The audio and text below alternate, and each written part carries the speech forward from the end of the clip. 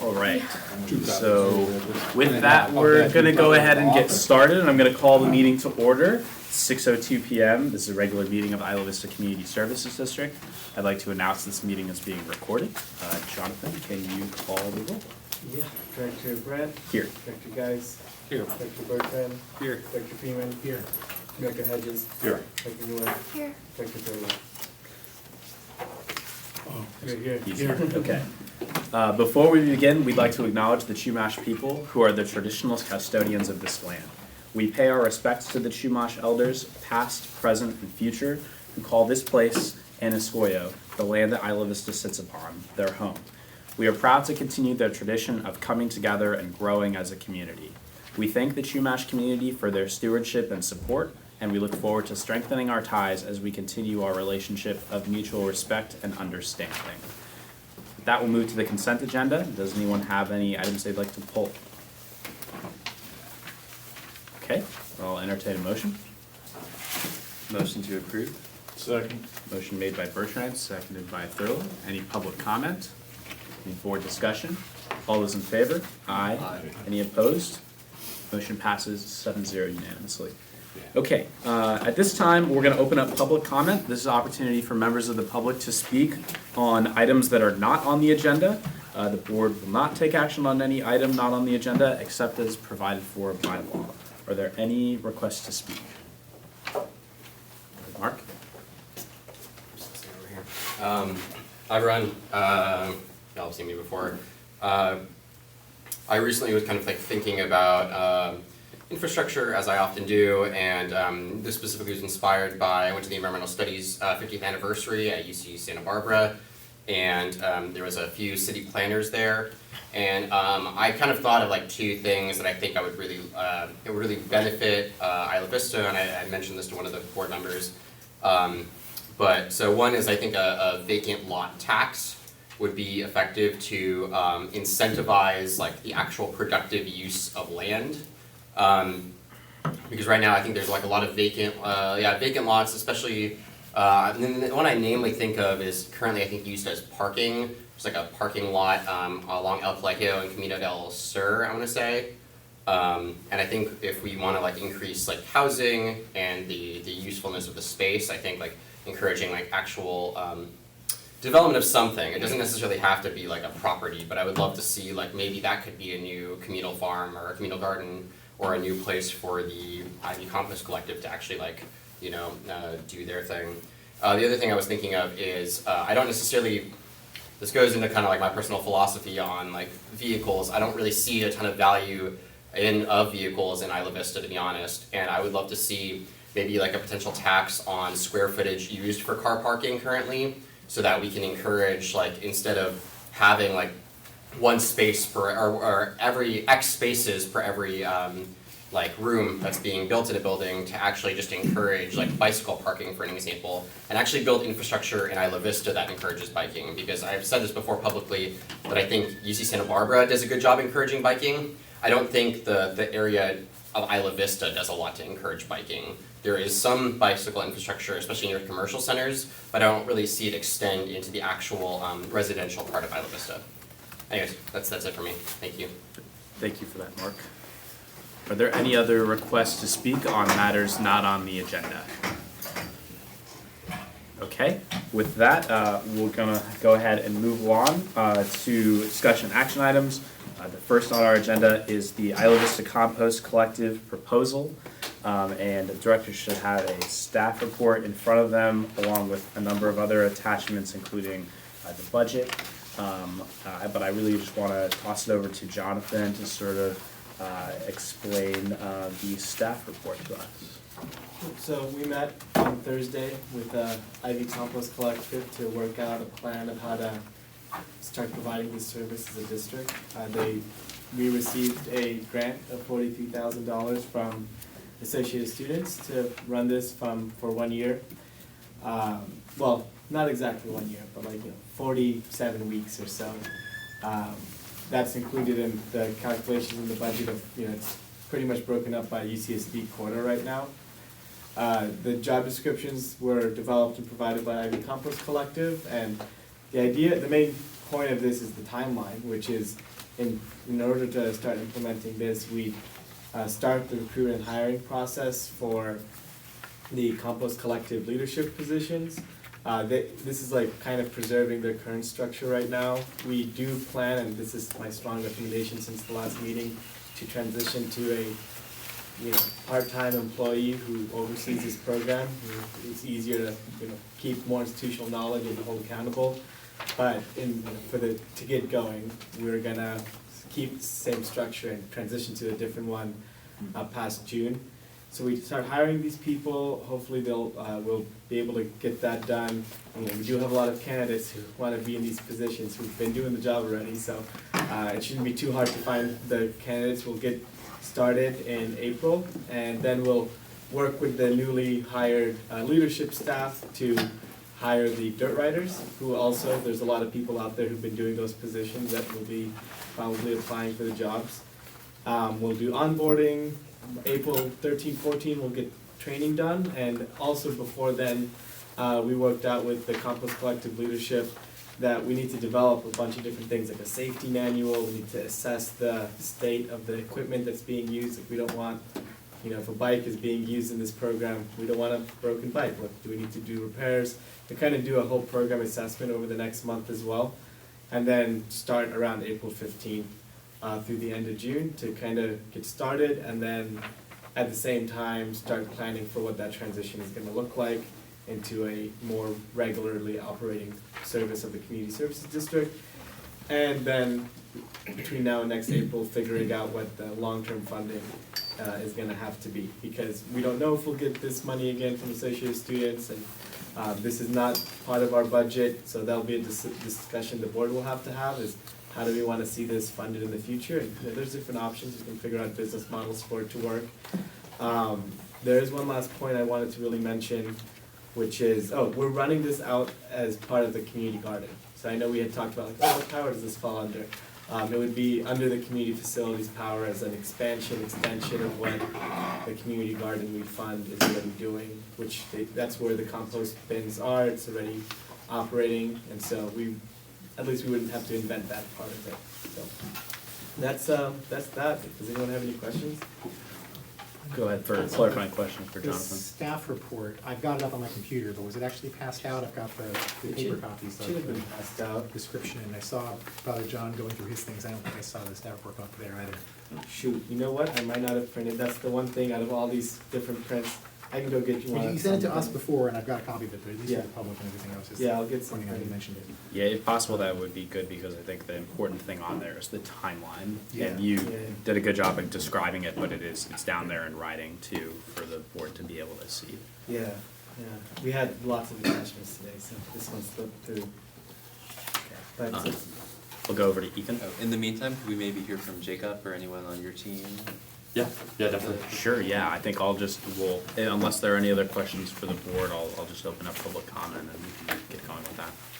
Okay, go ahead, Jake. Okay, sweet. Well, good evening, everyone. Thank you for hearing our proposal tonight, and thank you for those of you from the community that have come out to show support. Today, I just want to start out by introducing some of the other team members of the Compost Collective that you may not have met. So as you all know, I'm Jacob Bider, Director of the Compost Collective. Hi, I'm Chloe McCurr. I'm the operations manager. I'm Jake Kaiwalu, the development manager. I'm Eileen Loge, I'm the marketing manager. I'm Julie Sanchez and I'm a dirt rider. I'm Julian O'Meara and I'm a development associate. My name's Quincy and I'm also a dirt rider. I'm Jess, I'm a development associate. Sweet. Thanks. Okay, so a few things I want to touch on today. This should be pretty brief, and then we'll go ahead and answer any questions that you have. So on behalf of the IVCSD Compost Collective team, we would like to share that we are in full support of the proposal that we had prepared with Jonathan, Spencer, and Deborah. We have a few things that we want to touch on related to this proposal. So first, if this proposal is accepted, we would hopefully be able to resume operation by late April, which would give us ample time to operate during spring quarter. Okay, I'm sorry. Let me restart. So on behalf of the Isla Vista Compost Collective team, we would like to share that we are in full support of this proposal for a variety of reasons. So the first reason being that if this proposal is accepted, we would hopefully be able to resume operation by mid to late April, which would give us ample time to operate during spring quarter, which is pretty important to us. If this proposal was not accepted tonight, we would have to return in a month and would most likely end up resuming the program in late May rather than late to mid-April, which would only give us a couple weeks to run the program during spring quarter. So for the sake of the future of the program and our program's brand and image, we find it pretty important to operate for as much of spring quarter as possible. And if we end up only operating for the last couple weeks of the quarter, it's going to be challenging to get people excited about our return, which we believe would be damaging to the program. Okay, second reason, so this two-phase approach gives us time to operate under the CSD and figure out how to best restructure the program when it comes to June. And then third, the structure that we are proposing is our current structure that we have right now and that we've had for a while. So it will hopefully allow for a seamless hiring process. We recognize that legally not everyone here can be hired, that it's going to need to be an open hiring process, and we completely acknowledge that.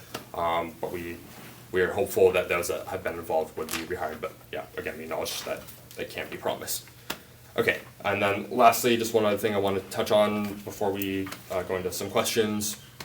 We just would like to reiterate that before beginning this process with the CSD, we reached out to numerous organizations and on-campus departments about taking on our program, some of those being UCSB Associated Students, the Office of Student Life, the Environmental Studies Department, UCSB Sustainability, and Marburg, and for a variety of reasons, none of these organizations were able to take on our program, and on multiple occasions, it was recommended that we reach out to the CSD. So after meeting with these groups, we were put in touch with Spencer and Jonathan, who from the start have been very receptive of the idea of the Compost Collective becoming a program of the CSD. And we are extremely grateful for that and very appreciative of that. Yeah, I think that's kind of all I wanted to touch on. Are there any questions or anything you'd like to discuss? Go ahead, Jay. When this agenda item came up before, there was some kind of coordination consideration with the county with relation to them doing a compost bin at our community center. Is that?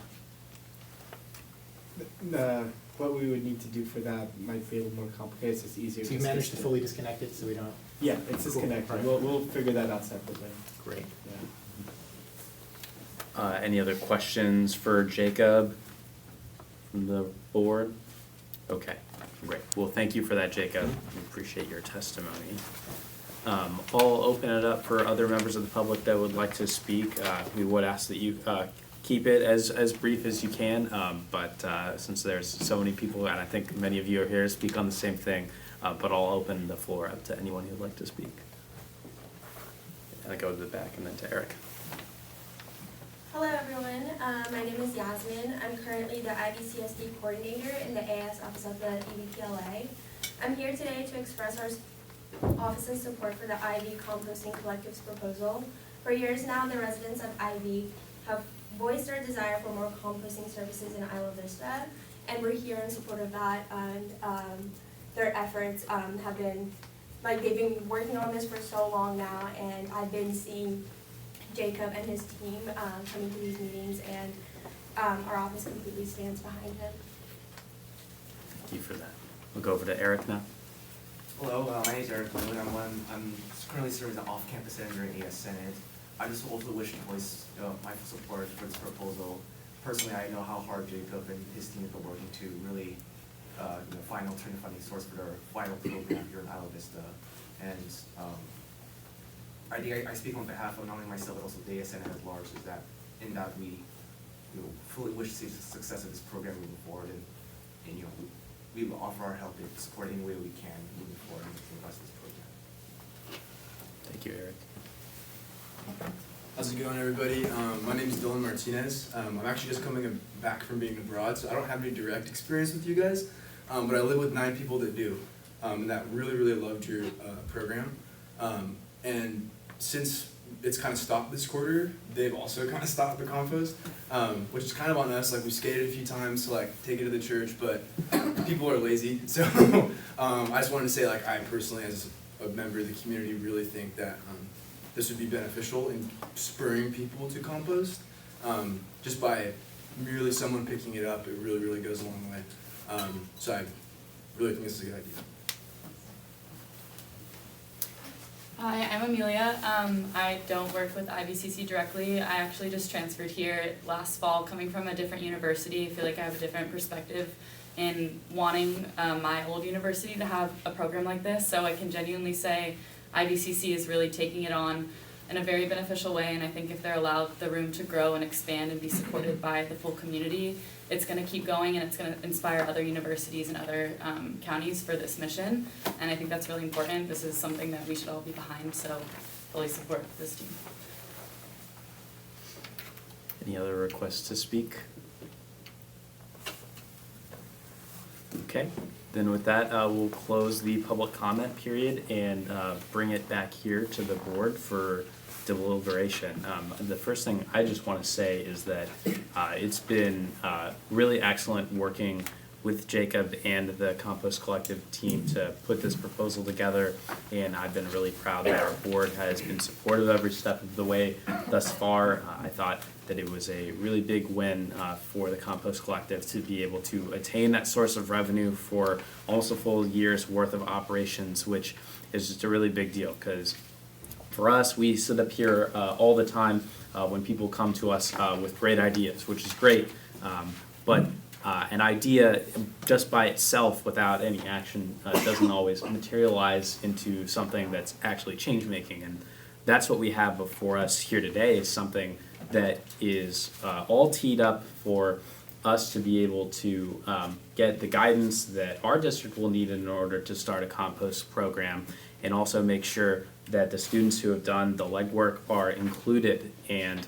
are really in the driver's seat for how our compost program looks going forward.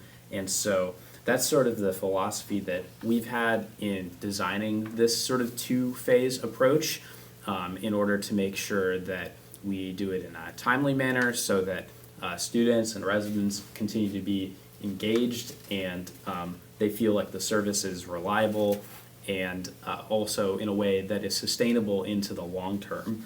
And I think that that's definitely what we have here with this proposal. So I'll just reiterate that I'm really excited for what this will bring, both for the district and for the community. I was talking with someone the other day who's originally from another county in California, and made the remark that everyone in her county composts. It's just sort of a thing in the community that is taken for granted. And I didn't even, I had always had that feeling around recycling until I visited some friends in another part of the country where they just don't recycle. There's no recycling service offered by the Waste Management Service that provides service to the area. And it's just not something that they even think about. A friend of mine who grew up in California his entire life came back home, and after seeing him, I was like, "Oh yeah, you're gonna put that plastic bottle in the recycling bin now, right?" And he said, "Yeah, that's right. I almost forget about it because it's not a part of my daily habits." And so, really, I think we have a huge opportunity to make a big impact on people's daily habits, and in a way that is just going to be so crucial for protecting and preserving our environment and taking a swing at climate change, doing what we can in whatever small part to lower emissions. So I'm very supportive of this and very thankful for the Compost Collective for doing the legwork that they have over the past 2 or so years. They've already accomplished a lot, and I'm excited for what we'll be able to accomplish together. Go over to Ethan. Awesome. Well, I want to congratulate you all on working so hard on this. It's been amazing to follow this whole way through, and you really impress us with just the great work you're doing. Looking at your report, the one thing that stood out to me the most was your statistic about how over the past 3 years you have diverted the equivalent of 5.4 metric tons of carbon dioxide from entering our atmosphere, the equivalent of 5,900 pounds of coal burned, and I think that's something that's just so impressive, and I think that really speaks to the potential of this program. I'm also really excited about how through a program like this, it makes our community more aware of all of our carbon footprints and what we can be doing to reduce those footprints. I'm 100% supportive of this. I think the program's innovative, I think it's scalable, and I think that it's something that's replicable as well. So we've already had some other programs here in Isla Vista that we develop, and then other communities want to implement them too. And I think that this is a really great launching pad for something like this. And also, I mean, you're bringing us so many people that we haven't been in touch with before, and I think that really speaks to the importance of a program like this, making our government more accessible, and reaching folks and the things that they're interested in. So I definitely really appreciate this. I'm supportive of it. One question I have for staff is, you mentioned the community garden program. I'm just curious about if we have discussed this with the existing program. I imagine they'd be supportive of this, but just where are we at in those discussions? Sorry, could you repeat that? I was getting another email about the COVID-19. Not a problem. So I imagine that the community garden team is super on board with this. Could you just tell us about like where we're at in those discussions and what actions we would have to take with the community garden folks to formalize this? Yeah, we need to readjust our grant with them too, but we're already doing that. And this has been operating out of there anyways, so it'll be a smooth transition. We've been talking. Awesome. And then one last thing I'll say is on election day, I was actually standing on the corner outside of the community garden from 8 a.m. to 8 p.m. and I saw so many people go to the compost bin. It was really awesome to see. And I mean, seeing those folks take it there on their own, I imagine that if we have this service that's doing it for them, we can get so many more composting bins going there. So thank you. Thank you for that. Go to Christy. I also just wanted to commend you guys because it's so cool to see young leaders in the community work together to do something that's efficient. And also it's just nice seeing that other communities are following in your footsteps. And it's cool because it's a generational thing and younger people are creating this like differences that other people would follow. And I think that's just so powerful to see, especially in this community. And keep on doing what you guys are doing. I'm 100% supportive of this. Thank you, Christy. Go to Father John. 50 years ago, when we were turning the compost pile with a pitchfork, we did not know the science of what we were doing. We had not kept statistics on it. No one had informed us of the sort of cosmic role of compost. However, somehow or another, intuitively, poetically, we knew that what we were doing was revolutionary. Although I cannot remember the quantities that we turned, the quantities of compost we produced, the impact on the community, I can still recall the scent of the compost if I close my eyes. And it was a thing of beauty. It was not rotting garbage. It was the promise of a crop. It was the essence of the earth. And you know, I just commend you all for putting the science to it and for putting the policy to it and for driving to do it and for doing the work to accomplish this. You know, I'm completely supportive of this, in case you couldn't figure that out. Thank you, Father John. Any other board members, anything to say? I'm getting a thumbs up over here. Okay. Well, if there's no further discussion, then I'm ready to entertain a motion for this. I think the motion would be to direct staff to float the positions, to bring us or I don't know if it needs to be brought to us, I believe, a budget amendment so that we can take in the money from Associated Students and bring us back a grant agreement with Associated Students Community Relations Committee. I think that's part of their process as well. And then I would say also bring us back a report that has the more fleshed out proposal before the end of the spring academic quarter, where we will figure out how to proceed with the guidance of our new staff. Move to direct staff to put this into a French biodynamic garden box that can be voted on and agreed to and accomplished as soon as possible. That exact motion? You don't have to put it that way, but. Jay was over here listening intently. I think he might have another motion. I was simply going to say, so moved. So moved. Well, I think Jonathan may have been writing up some of the things that I'm happy to second the French bio garden box. We can include that as another clause. Bring back a budget adjustment grant agreement from associated students and a report for moving forward beyond June 30th. Yes. And what was the first one? Budget adjustment. Budget, okay. Great. Agreeable to the initial maker. And did you want something on, to begin opening up the positions? Oh, yeah, I can just put, I think implement that's- the proposal. Okay. Yeah, that actually, I think you have the power to do that. Okay, so it's been made by Freeman. No, by Father John. Seconded. Seconded by Freeman. Okay. Any public Clarified. comment on the motion? Okay, any further board discussion? All right, all those in favor? Aye. Any opposed? Motion passes unanimously. Thank you everyone so much for being here.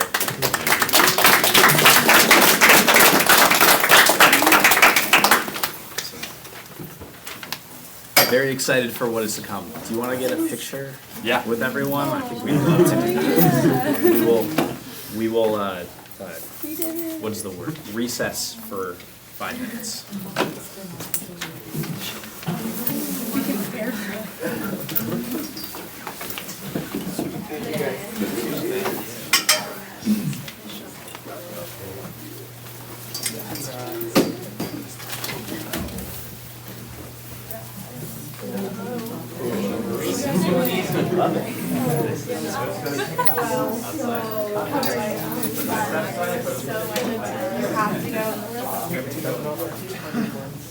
Still?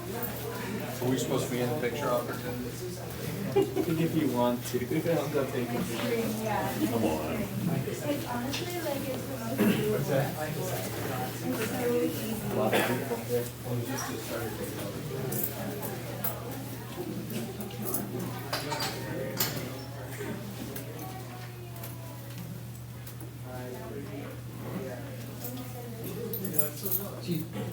I don't know if you heard something regarding like a tax on Deltopia.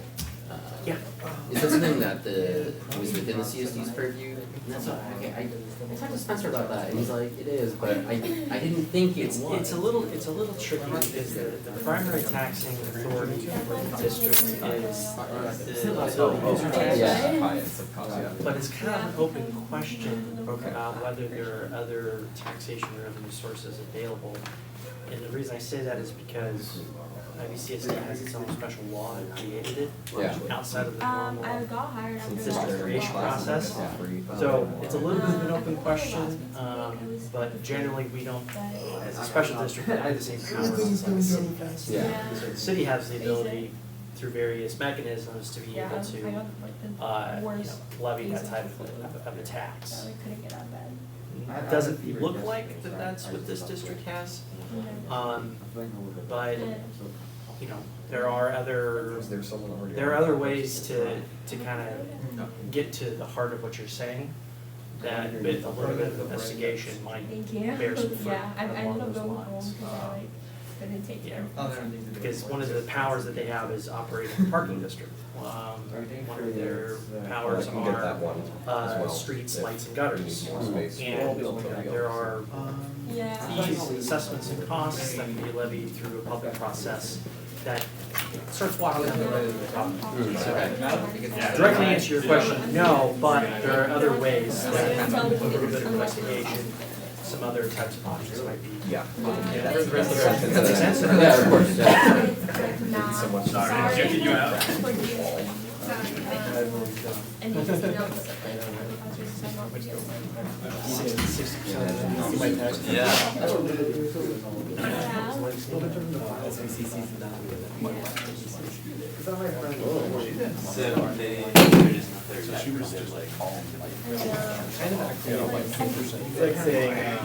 Well, actually, I met Dr. Swami He said that UCSB has level 3 spots and it's like it's premature.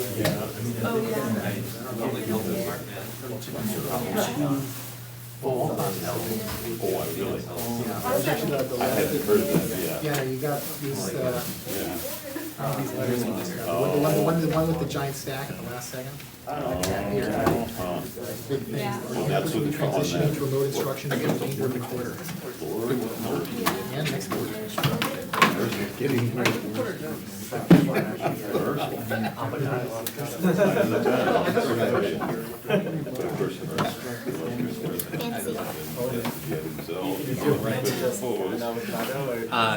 It's avocado, but in favor of housing, because the reason we can't afford housing is because we buy too much avocado toast. Is that from the podcast?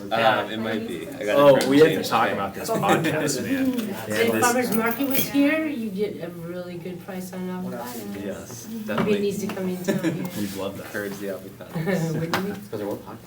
What's up? Oh, it's it's called Gimme Shelter. Cal Matters and the LA Times do a great job. Okay, I'm going to go ahead and reconvene this meeting, and we are going to go.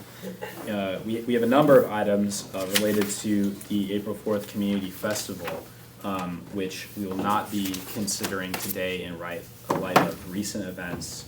A number of days ago, we, in our discussions, started thinking a little bit more about the public health ramifications with the onset of COVID-19 and its spread throughout both the world and now here in America and now here in California, very near to us in Ventura County is where we've had our recent cases, and consulted this document, which everyone has in front of them, from the Department of Public Health, which essentially said even if you don't have any cases of COVID-19 in your county, you should begin thinking about contingency plans for events where large numbers of people will be gathering in close proximity. And so just about an hour and a half or 2 hours ago, UC Santa Barbara released a statement from the chancellor regarding the transition for courses at UCSB to be online through the end of April. It's not a closure of the campus, but it does effectively amount to not necessarily a cancellation, but a major alteration of the way that things are being done in our community. One thing that really struck me about this statement was the recommendation for students that have spring break plans to be prepared to not return and to try to minimize non-essential travel. And so I think that in light of that, discussions that I've had with our staff, what we would like to do is postpone the community festival to a later date. We will continue to be in consultation with the Lucidity group that we have been working with to develop this event and the proposal for this event, as well as public health experts from county and from the university. We had hoped to have maybe a briefing from student health today at our meeting, but we've got, they've got bigger fish to fry in between all the transitions that are just going on campus. So this, to me, really was something that it was largely unforeseen up until about a week and a half ago when we first started understanding the seriousness of the spread of this virus, and it is clearly not what our board's intention was. But I think there is some silver lining here. We've done essentially all of the legwork that we need to get to a point where the community festival will be able to become a reality, and where we will be able to transition folks into an alternative event that is fun, that is safe, and that changes the vibe of what's going on during Deltopia weekend in a significant way, I think, for the better. And so really, it's, like I said, not necessarily foreseen, but it's where we are now, and I think what we're going to do is, again, just continue being in consultation to figure out what the next steps are for the festival at this time. And I wouldn't recommend passage of any of the items that we have in front of us. I don't know if staff has anything to add to that. It's an unfortunate situation. I will say, for all of us on the board and for the public, that something that I've gotten really into over the last couple of days has been Johns Hopkins University puts out briefings specifically for policymakers about what's going on with the spread of COVID-19, the ramifications, to help understand just exactly how we can all keep safe during this time, and understanding the importance of social isolation, I think is what it's being called, and containing the spread of the virus and slowing the rate that it spreads at, and how important that is for our medical system and for vulnerable populations that may be affected by it, in order to keep everyone safe and healthy. So it's definitely a scary times for us, but I think that with our community pulling together, we will be able to be okay. So go over to Ethan. Thank you. I definitely appreciate our staff's recommendation for postponing this event, whether that's postponing it to next year when Deltopia comes up again, or if there's a different time when it makes sense to roll out a community festival like this. It's obviously disappointing, the timing. None of us could have seen this coming, but I think in light of the public health directives from the state level and the local level, it's important that local governments are not hosting these big events. And I think this sets a good example for the community. We definitely want people to be aware and be mindful of their health and the risks that are associated with COVID-19. Being a very densely populated community, I think we have to be extra careful here in Isla Vista. It's highly infectious, but for many of our folks who live here, it won't hurt them too bad, but it gets passed around a lot. So that's just something that we have to be mindful of. I think it's great what the university decided today. We'll see what St. Barbara City College does and local school districts. But yeah, definitely something for us to all continue to follow. Go over to Jay. I was very happy to hear that the reaction to this has been everyone's understanding that we should do something, we can do this later. I've been tracking the COVID-19 now for weeks, because for multiple reasons, one of which being that I actually have a pre-existing medical condition that leads me to be more likely to, with pneumonia issues, essentially just immediately get pneumonia and die from it myself. In addition to working with a company in the tech space that spends most of their time going around sending people to different places for events. So we made the decision quite early on in order to just stop doing everything. Some of the events that we were taking part of had already themselves were being canceled. I've been tracking a lot of my friends who've been having a lot of things that they've been scheduled to go to, game developer conferences, things like that. Everything's been canceled. Earlier today, Google's decided to tell all of their North American employees to work from home until further notice. It's something that actually matters a lot. And both from the comment of myself, that there are people you sometimes interact with you might not realize might have some kind of pre-existing condition that would cause issues with something like this. And here in our community, we have, like, for example, in Friendship Manor, an entire community of older people who are retired. And in Washington State, there's a nursing home where half the staff have now come down with coronavirus, and 20% of the residents have died already. And a number of the rest of them are currently being sent to hospital. It's something where even as younger people in our community who might think, oh, well, this doesn't really maybe affect me, but it does affect you in the sense that you might have family members who are older, and there are other people in the community who are older, and there are people who also, again, might have medical conditions you might not realize that put them weirdly at risk. So. Go to Father John. And as much as we vulnerable populations appreciate the concern of those not necessarily in the designated vulnerable population categories, these novel viruses, I have been told by several infectious disease specialists, have a nasty habit of mutating. And they are novel in that very sense, is that you do not get a little book that explains exactly what the properties of this virus are going to be for the full duration of the event. The 1918 Spanish flu, for instance, specifically targeted the young and the vigorous, including a grandfather of mine who was in basic training in the Army and got it and nearly died during World War I. and actually,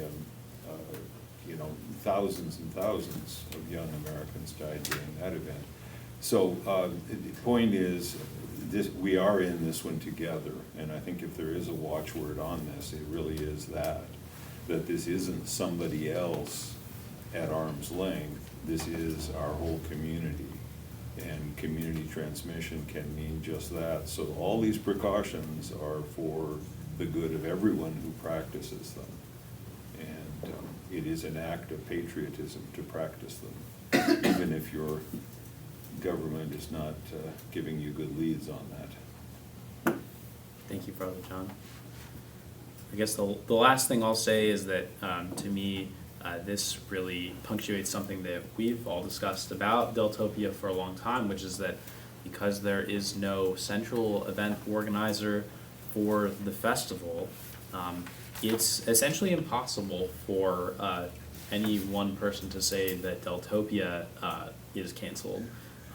And that's something that, in light of music festivals across the country, such as Coachella now being canceled due to the coronavirus, it really punctuates the need for us to have more organization, because when these concerns come up, there needs to be someone or some group of people that can make the decision that it's just not safe for us to continue.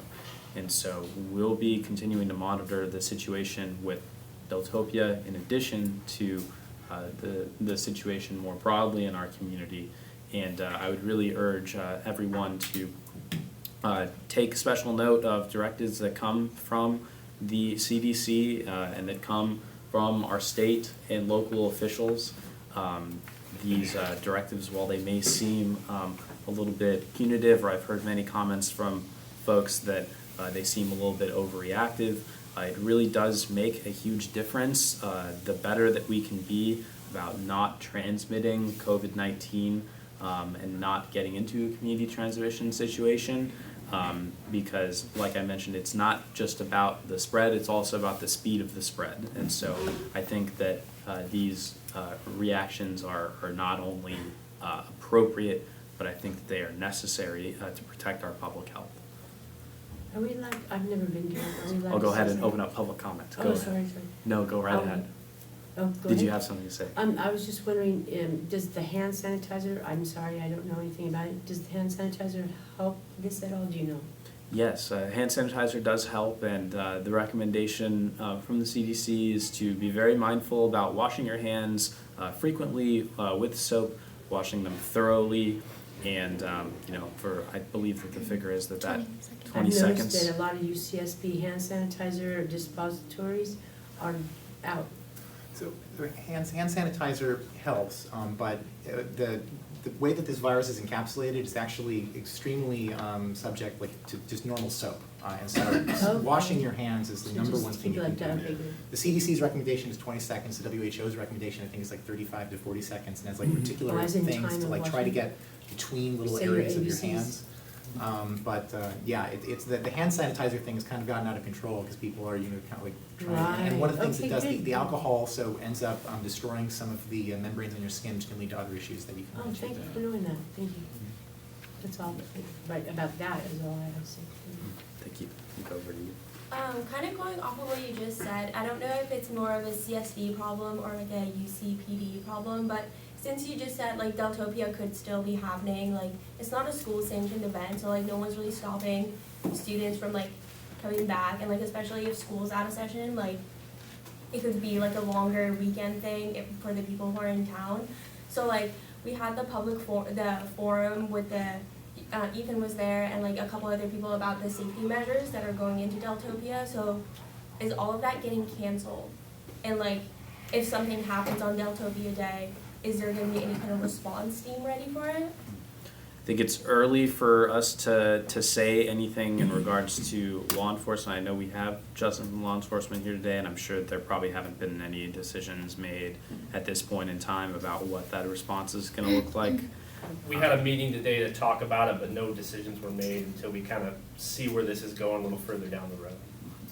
I guess the best thing that I can say both to UCSB students and SBCC students for when SBCC provides guidance is to take that guidance with not just a grain of salt, but follow it in regards to the fact that it's coming from a place of wanting to keep everyone safe. And we will be monitoring that situation very closely to see what is unfolding with Deltopia, and there is the potential for there to be basically no one here during the first week of April. If it does get into a situation where there are recommendations made against traveling, especially given now that classes will be held remotely. So it's a fluid situation, and I think we're all going to be monitoring it very closely. Thank you for that. Go, Ethan. Thank you. And while we are still on the Deltopia topic, I will speak briefly about the town hall that the EVPLA office held, which Yasmin mentioned. It was a really great event. UCPD was there, the Sheriff's Office was there, Park District was there, as well as Student Affairs from UCSB. And I think across the board it's clear that Deltopia is really moving in a positive direction. There was great discussions about our plans, which will happen someday. Great discussion about various programs that the university was offering. One thing that came up a lot was UCIV, and how in the past it's been a very positive program during Deltopia and Halloween, and right now there's not really a plan for that. So maybe that's something that our group will want to speak about more in the future, as well as AS, because that was a great program that should continue. And overall, I just want to thank you all for hosting that. And even though we're not doing this, we're still here to support any efforts by local agencies during that weekend. So perhaps there's more that we will still explore on this subject as the date comes closer. Thank you. Go over to Mark. Especially because we have COVID-19, I think it could be used potentially as a healthy jumping off point for other good discussions. So something that I kind of heard my freshman year of UCSB is a person who I know that they worked on in their high school is this campaign of slapping your own bag, which is the colloquially and within party culture in Isla Vista, slapping a wine bag and everyone sharing it, which is really bad for the transmission of sexual infections, but also looking at public health more broadly. And I think this could be a really good opportunity to potentially, I'm taking this on your own would be really difficult, but working with the university to maybe bring up public health topics like sharing of vape devices and sharing wine bags and what that actually could cause in terms of people's personal sexual health, but also the flu, also something like coronavirus. I think this could be taking this positively, this could be a good way to jump off on a conversation like that. Thank you for that, Mark. Yeah, beyond condoms. Are there any other requests to speak on these items? Go over to Bob. I just think one observation too is about trying to get the students to understand if they have an unsanctioned gathering and a lot of people come and the sheriff's forced into, putting their officers on the street and UCSB's officers come on the street and medical personnel, we're really exposing that group who are probably more vulnerable than the students to this virus. So as much as we can say it's for the good of the community, everywhere not to have these gatherings, it's a good respect for the people that have to come out and do public safety and stuff, because guys like me are older, we're more vulnerable. That's why I'm not coming to the party. He's like, I don't know.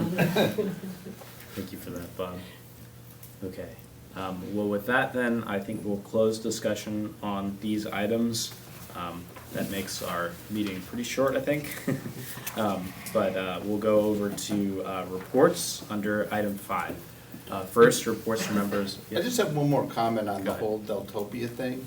I think we should really thank the sheriff and UC police and UCSB in total and the administration and the county they were actually gonna let us do something which was a pretty radical change. So I think we should extend our thanks to them for being willing to take that risk and then saying, don't take that risk. And so I think that's why, we have people with more experience out there telling us what to do. So, sorry. No, it's okay. How I do we do could that? not agree with that. What's How that? do we extend our thanks? Oh, it'll get around, but, Okay. yeah. Great. Okay, so then we'll go to reports from members of the board. I'll go over to Jay first. I saw his hand up. So last week we had a meeting of the City of Goleta Valley Library Advisory Commission with an agenda item about the results of the Harwood conversations that occurred in Isla Vista, and looked specifically at most of that agenda item. We didn't actually have a separate agenda item for us, but pretty much that agenda item was about services in Isla Vista, and we went over 4 different high-level budget options, which included purchasing a bookmobile, doing a full-service branch in Isla Vista, doing a library room in Isla Vista, and then this option 4, which is where they listed as vending machines, little libraries. I kind of just describe it as the potpourri option. There are a few things to note about this, the way the agenda item ended up being framed. One of which is that the $200,000 grant, or not, $200,000 allotment from the state seems to be largely what the what the staff at the Goleta Valley Library were concentrating on, which I think is a little bit unfortunate in the sense that it doesn't quite take into account how much money is being poured into that library from Isla Vista residents. The entire advisory committee really ended up enjoying the potpourri option of option 4. Now that said, I also think that there ended up, based upon my understanding of conversations that have occurred now since that meeting, there may have been some misunderstandings. That option involved being able to purchase vans in order to, which would operate much like the bookmobile, but operate on a smaller scale, would operate on having, I would look at having vending machines in different locations, look at doing some of the programming that the library does in the Isla Vista community, and one of the things we enjoyed about it is the incremental approach that can be taken from that option, and being able to take some individual ideas of this, pay for in small quantities. One of the suggestions from somebody else on our board was even the idea of, for example, instead of purchasing a van, let's initially just lease one for 2 months and see what happens. I suggested let's start immediately running some of the library programming right here in this community room and see who shows up. But the library is continuing to take a very long and slow approach at this, and is now in negotiations with the county. We'll then go through budget, with some discussions with the city. We'll then go through discussions with the county budget, and I have no clue when or if anything will actually come of anything at this rate. But I want to provide an update on what we have discussed. I still think that we can, on just a small amount of money, immediately start doing things in Isla Vista and see how they go, but yeah. Boxing. If they don't want to read, I don't. Well, thank you for that update, Jay, and thank you for your service on the commission. I know this will be an ongoing discussion, and I think should agendize at some point for them to come and give this report to us, the results of the Harwood study. We're trying to find the time. I know, that's April how things 14th, go. I think, might be the time. Okay. Sounds good, yeah. The time is of the essence since the county is going through its budget process right now, and I think that's. I think immediately before April 14th. Yeah. Okay, thank you, Jay. Any other reports from members of the board? Ethan? Thank you. So since our last meeting, I met with a few members of the Park District Board just to talk about Deltopia, and it's going to be on their agenda for Thursday, and perhaps some of us still want to show up just to talk about the bigger picture, just because it's never really been before their board as a whole, even though we're not moving forward at this time. And Park District Board members have been really supportive, so I've appreciated that. Additionally, yesterday, folks from the California State Association of Counties, CSAC, came down to Isla Vista to showcase the Shared Mobility Device Program, our scooter share program, which is actually being looked at around the state as a model and a success story, so that's really cool. So I spoke with them a little bit from the community perspective about how it's played out and especially how the scooter share situation is different today than it was on day one when truckloads of scooters were coming without little direction or coordination. So that was really cool to see the interest in our success here, and I'll be sure to share that when they put out their video and article on it. Additionally, this weekend I was in touch a lot with Spencer and Jonathan about something really bad that happened, which was on Friday night. There was a shooting on Deltopia, and luckily law enforcement responded very quickly. No one got hurt, and the person was apprehended. But nonetheless, when something like this happens, its impact is bigger than just the one moment. This is a community that's been devastated by gun violence, and these things have happened too often. Since moving here in the fall of 2014, after the tragedy, there's been 3 shootings that I know of, and perhaps other bad things that don't make the news as well. And it's just important that when these things happen, we as a community really pay close attention. It's important that community members know about it as soon as possible, and that as a community we're just aware of the safety needs that we have so that we can be strategic about how we can make our community safer. But I definitely appreciated speaking with the Foot Patrol over the weekend as well as UCSB administration. Thank you, Ethan. Any other reports from members of the board? Jake? So the shooting that occurred, well, the gunshots that occurred on Friday, there was also reports on UCSB Free and for Sale last night at 3 in the morning or so of gunshots on Sabdo Tarde. A lot of people corroborating and reports of police on the scene blocking off streets and going around. I don't know if there's any connection. Haven't heard about it. Yeah, we did receive 2 people called in. Sheriff's Department, UCPD, and the Highway Patrol all responded within 30 seconds and didn't see any evidence. No other people called in, could not find any witnesses. Today we went around canvassing the area. Again, no additional witnesses or evidence were found. So they're going to go back out to the same area tonight around the same time and just patrol extra, but no evidence of gunshots, possibly fireworks. We just don't know. We don't have any credible reports that it was actual gunshots. Thank you, Father John. Last night there were 3 firecrackers. They weren't M80s, they were definitely just smaller firecrackers that went off on Fortuna, and I took care of it locally. I made contact with the one who had shot it and shot them off, and said, discussed with them the impact of that on those of us that have memories of gunshots and those of us that don't like that, especially in the evening. And the person received it quite well, and it did not need to go any further than that. But just to report that people just aren't aware of how triggers are in the air. And anyway, this person now is. And as I said, responded well, and there was no need for further action on it. It's good news. Thank you, Father John. I was here when the 7 people were, it's like really post-traumatic. I don't know if it's just like memories. It's pretty post-traumatic because I was helping a young man out from Venice Beach, and he was trying to sell his rap music, and I guess the boy who did the shootings in a BMW bought his music, and he would use that as to tell you how to get money. You know, like saying, here, I'll give you some sample of my music if you give me $2 so he can get food. He was houseless, still is. And he has post-traumatic stress disorder, very bad from that. At that time I had a house and a car, and I tried to help him.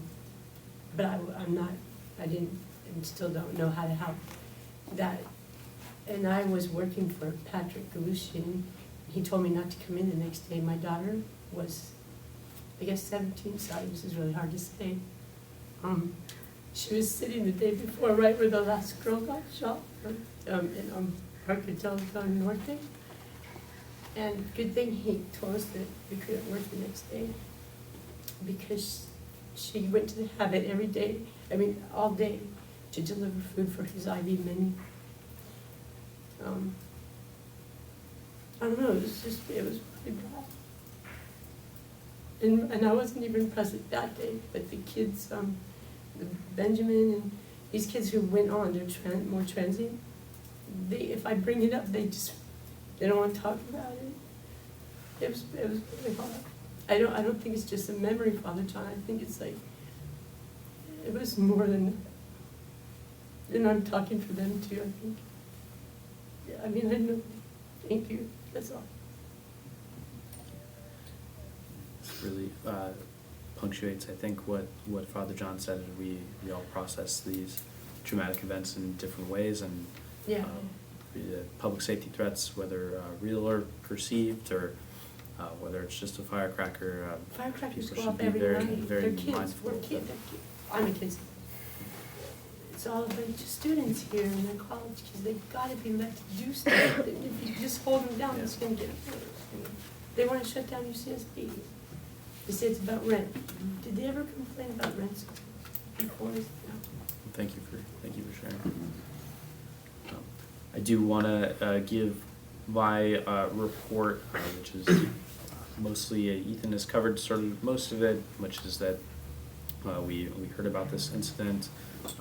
Whenever I heard about it early morning of Saturday, it happened on late Friday night, and was first very thankful for public safety personnel's quick response to the scene in order to apprehend the perpetrator on scene.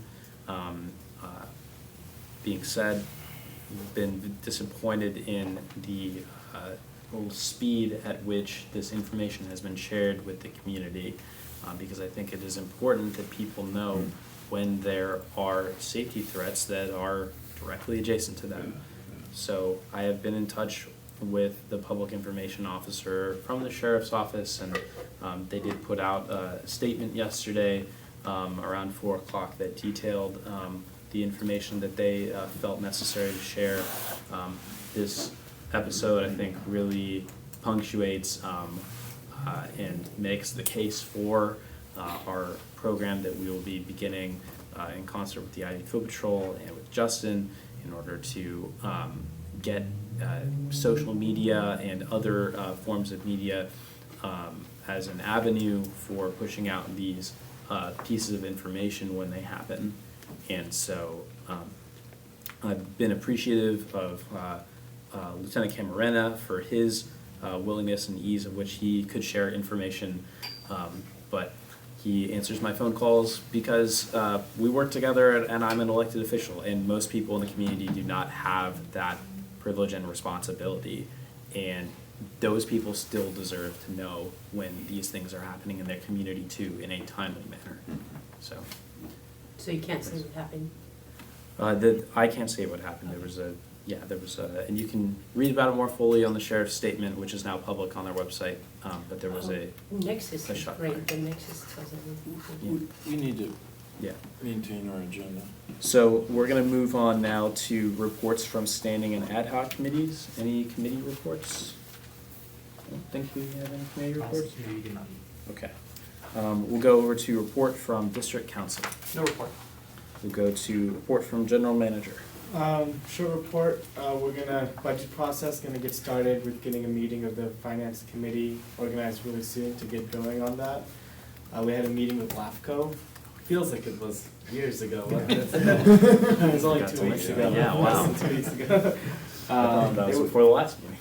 I don't really wanna get into too much how the meeting went for the first 50 minutes, but towards the end of it, we had a good resolution, which was they're going to put us on the 5-year review timeline, which puts us out to like 2021, 2022 review period. So still lots of disagreements on what MSRs are for and what they do and what is an active power and exercise power and all that between us and them. But this at least buys us 2 years, a year and a half, 2 years of being able to better prepare for this. So I guess that's a success, but we're still gonna need to, we know now that it's coming and that we need to prepare for it.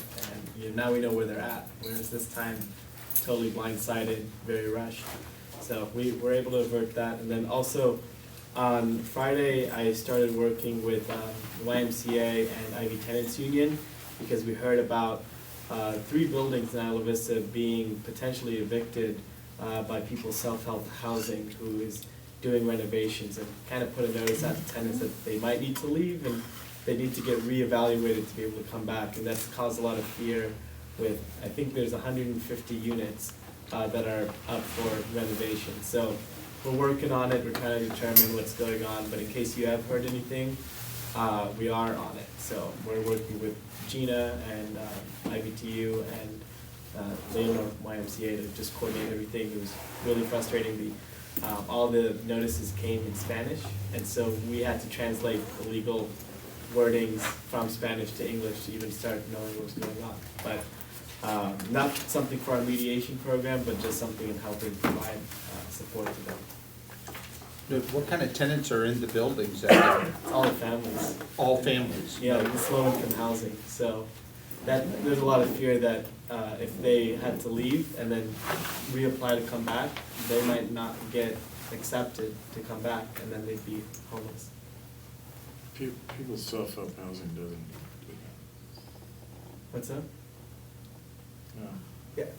It's hard to say. isn't it? People's self-help housing that's not their MO. Yeah, we're working on it. I mean, Okay. we're talking to their CEO, but there is some confusion on what they are putting out in writing to people, and what they say to us is gonna be okay, so. A lot of the laws are changing. They have to have like wheelchair accessibility, plumbing. So we're trying to determine what money is paying for the renovations, if it's federal or state, and that also determines how the, people can leave and come back, so we're working on it. Well, thank you for that, Jonathan. With that, our next meeting will take place on March 24th, 2020, 6 p.m. here in the community room. I will say, since that is UCSB spring break, I want to remind everyone that those meetings, I believe, are being live streamed. This is a question for Jay. I guess it's a question. Live stream meetings are being live streamed. Let's say again? Which This meeting. This meeting's live stream, yeah. Yes, so you will be able to find our live streams on YouTube. And for directors that may be out of the area, please contact our staff so that we can set up Brown Act teleconferencing if that is necessary. With that, I'll entertain a motion to adjourn. I move to adjourn. And I second. Made by Freeman, seconded by Hedges. Any public comment? Further board discussion? All in favor? Aye. Any opposed? Motion passes unanimously. Thanks, everyone. Thanks for your report, Ross. Thanks. I'm here for it. You get a bump on that one. No, so that was. Only did one. This has been Yes, sir. And now we just finish the meeting and the sun is still up. I love daylight savings I time. love it too, except in the morning it's pretty dark. Yeah.